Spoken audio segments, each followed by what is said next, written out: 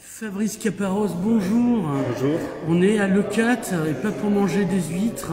On est au club ciné de Leucate et on est une réunion entre gens qui ont des salles indépendantes de cinéma et même des salles des itinérances pour le cinéma.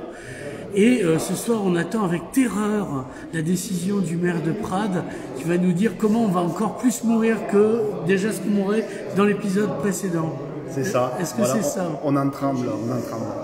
Alors, donc, l'association, c'est la CIL. Oui, la CIR, l'Association des cinémas et circuits itinérants, Ouais. Languedoc-Roussillon. Oui, parce que nous, on refuse Toulouse. Voilà, exactement. On résiste. On résiste. Et donc, ça représente donc plein de salles indépendantes, toutes, la majorité ou... Une bonne partie des salles indépendantes, plus de 40 adhérents. Voilà, donc et beaucoup de salles, puisque parmi les adhérents, certains gèrent plusieurs salles. Voilà. Toi, par exemple, tu en gères deux plus des itinérances. J'ai un circuit de 15 coins itinérants et après 5 salles, Lézignan, Limoux-Quillan, Gruissant et Narbonne-Plage. Alors, on va vous dire, mais vous avez combien de spectateurs en tout? Finalement, vous représentez combien de spectateurs? Alors c'est difficile. Oui, une fourchette, comme on dit au restaurant. En tout cas, pour ma part, c'est entre 70 et 90 000 par an. En 2019, évidemment. Oui. Non. Voilà. Et après, je pense que sur l'ensemble, on doit largement dépasser le million de spectateurs. Mais voilà, quand même. Oui. Non, voilà, non, parce que, par exemple, imaginons qu'une présidente de région fasse la sourde oreille, vous pesez 1 million d'électeurs. Alors on pèse à savoir que les Français en général vont 5 fois par an au cinéma chacun en moyenne. Ça fait au moins 200 000 personnes qui viennent pour 1 million d'entrées à peu près, ouais. Plus d'1 million d'entrées. Alors moi j'ai un grand écran et j'ai des chaînes avec du cinéma. Pourquoi j'irais au cinéma? C'est une question très conne, mais il faut toujours la reposer. Pourquoi on va au cinéma? Parce qu'au cinéma, le cinéma c'est la vie, c'est le vivre ensemble, c'est le partage des émotions. On va pas rire de la même façon à la maison devant un film, une comédie. Dans une salle, il va y avoir un rire qui va faire boule de neige, etc. Et puis dans nos salles, en plus, il y a du militantisme, on accompagne des films, on crée de la vie autour des films, des débats, etc.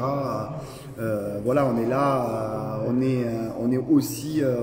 Il n'y a pas que du cinéma au cinéma. Exactement, il n'y a pas que du cinéma. Il y a des présentations de livres, des fois. C'est des lieux de vie, il peut y avoir des présentations de livres en lien avec un film, il peut y avoir beaucoup de choses. Un repas entre deux films, des moments conviviaux, des associations qui accompagnent des festivals, films, des festivals, voilà, des villages solidaires. Il se passe beaucoup de choses. Il y a des films muets sur lesquels on joue de la musique. On était ce matin avec des concerts, voilà. Des ateliers pour le jeune public, de l'éducation à l'image. Puis pour rencontrer quelqu'un, c'est bien une salle de cinéma. Ouais.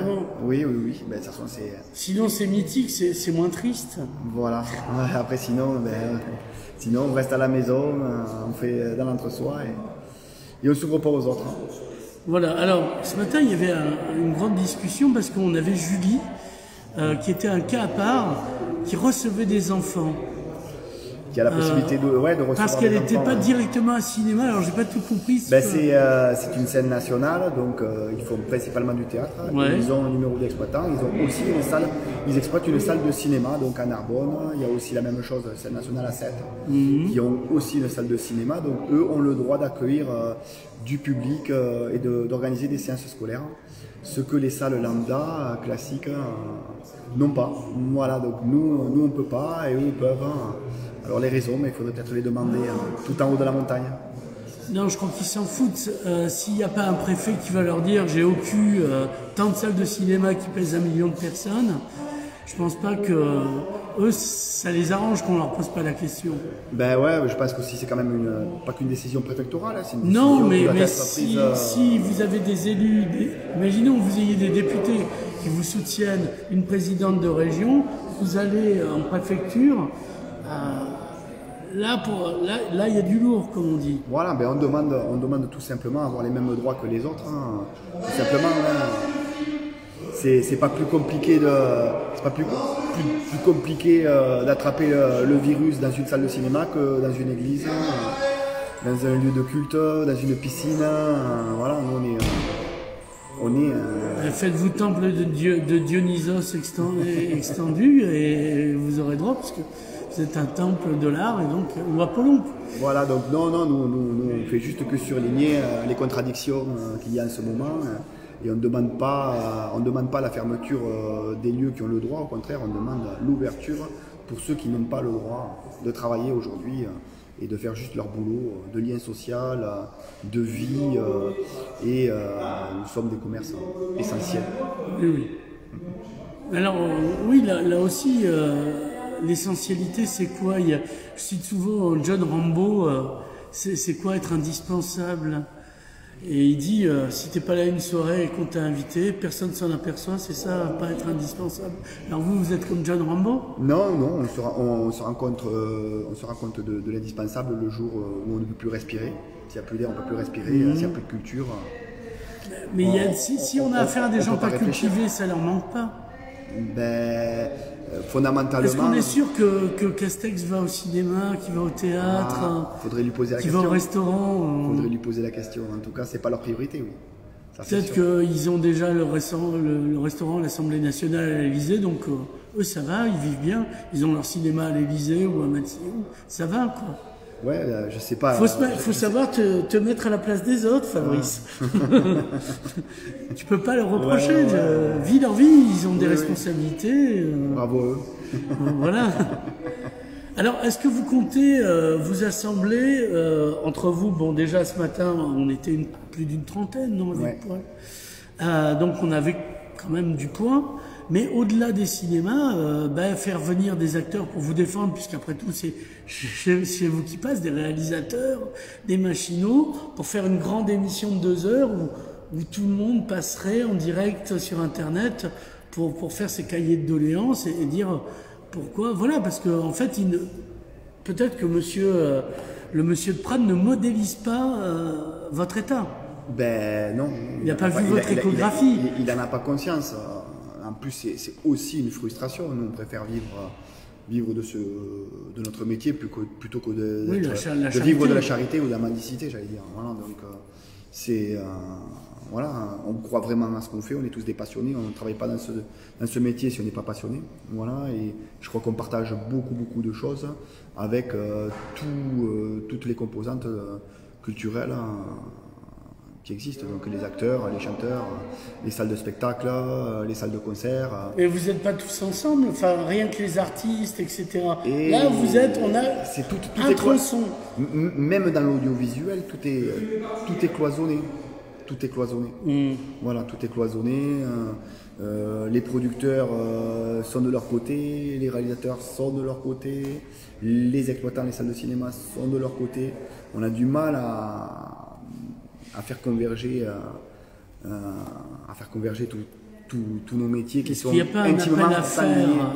Ouais, je crois. Au réalisateur, vous avez un carnet d'adresses que je n'ai pas, moi, en réalisateur. Moi, j'en ai 2 ou 3 comme potes. Mais... Oui, non, mais je suis pas non plus. Pour qu'ils fassent des vidéos, même s'ils se déplacent pas, ils pourraient faire pour toutes les petites salles indépendantes. Ça a du poids. Oui, on ira voir. Pierre Richard, qu'on a à Gruissant. Voilà. Ah, il est à Gruissant, le vigneron. Voilà, c'est ça.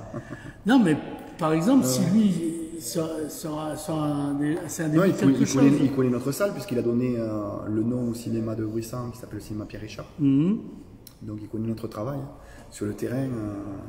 C'est le genre de personnage qui peut porter un peu plus haut nos voix, bien que... On a François de Maison qui est coincé chez nous, du côté de Perpignan. Il est près de Tuire, parce qu'il tournait une série. Voilà, on pourrait essayer d'avoir une vidéo de ce garçon aussi. Ouais. Et le mieux, les avoir sur un plateau qu'on organiserait comme ça. Même s'ils ont déjà appelé à la réouverture des salles de spectacle, de cinéma, de théâtre, et pas les moindres qui ont fait ça. Et ça n'a pas eu plus d'écho que ça. Il faut choper les députés, ils sont les représentants de la nation. Ouais. Faut les mettre dans le jus, comme on dit. Ouais, ils sont certains font semblant d'entendre, mais ils n'écoutent pas. Ouais. Si Pierre Richard allait voir Madame Delga, parce que Madame Delga apparemment est la seule à pas vous soutenir financièrement les salles indépendantes. Ben, au niveau de la région, ils ont fait d'autres choix. Ils ont fait d'autres choix, ben, c'est les leurs. Hein. Oui, elles vont qu'elle fait bien la santé. On a fait des demandes, on a plutôt l'impression, ben, on a été toujours bien reçus. Hein. Toujours eu l'impression d'avoir été écouté, mais il n'y a pas de retour pour l'instant. Je ne sais pas si je vous la montre ou pas, mais pour l'instant, voilà, on a besoin du soutien plein et entier de la région. On est une association régionale, on porte la voix de nos adhérents, pas de toute la filière, mais d'une bonne partie. Et je pense qu'il faut qu'elle prenne en compte notre détresse. Vous êtes dans le cadre de l'aménagement du territoire. Ben oui, on a un gros maillage du territoire. Ben, il y a le nombre de spectateurs, il y a le nombre de points de projection, puisqu'il y a 5 circuits itinérants qui sont adhérents à la CIR. Ben, nous, on a 20 points, mais il y a Cinéco, par exemple, dans Lozère, qui a 50 points de projection. On va dans des endroits, dans des petits villages, entre 50 et 500 habitants. On va dans des endroits où personne ne va. Le fameux là où la main de l'homme n'a jamais mis les pieds. On est un lien culturel fort dans des lieux très ruraux. Et l'Occitanie est une région profondément rurale, donc il faut nous soutenir. Est-ce qu'il ne faut pas voir les presbytères pour pouvoir organiser des séances de cinéma dans les cathédrales, par exemple? Puisque ça a été fait à Paris.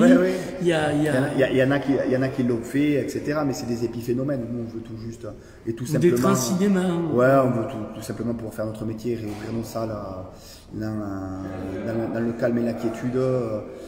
Voilà, on a un virus qui est présent depuis plus d'1 an. On avait réouvert. Il n'y a pas eu un seul cluster sur aucun cinéma. On avait des protocoles très stricts. Voilà, on n'a jamais eu de réponse claire et nette du pourquoi de notre fermeture. On se sent un peu pris en otage. Fabrice Caparros, merci.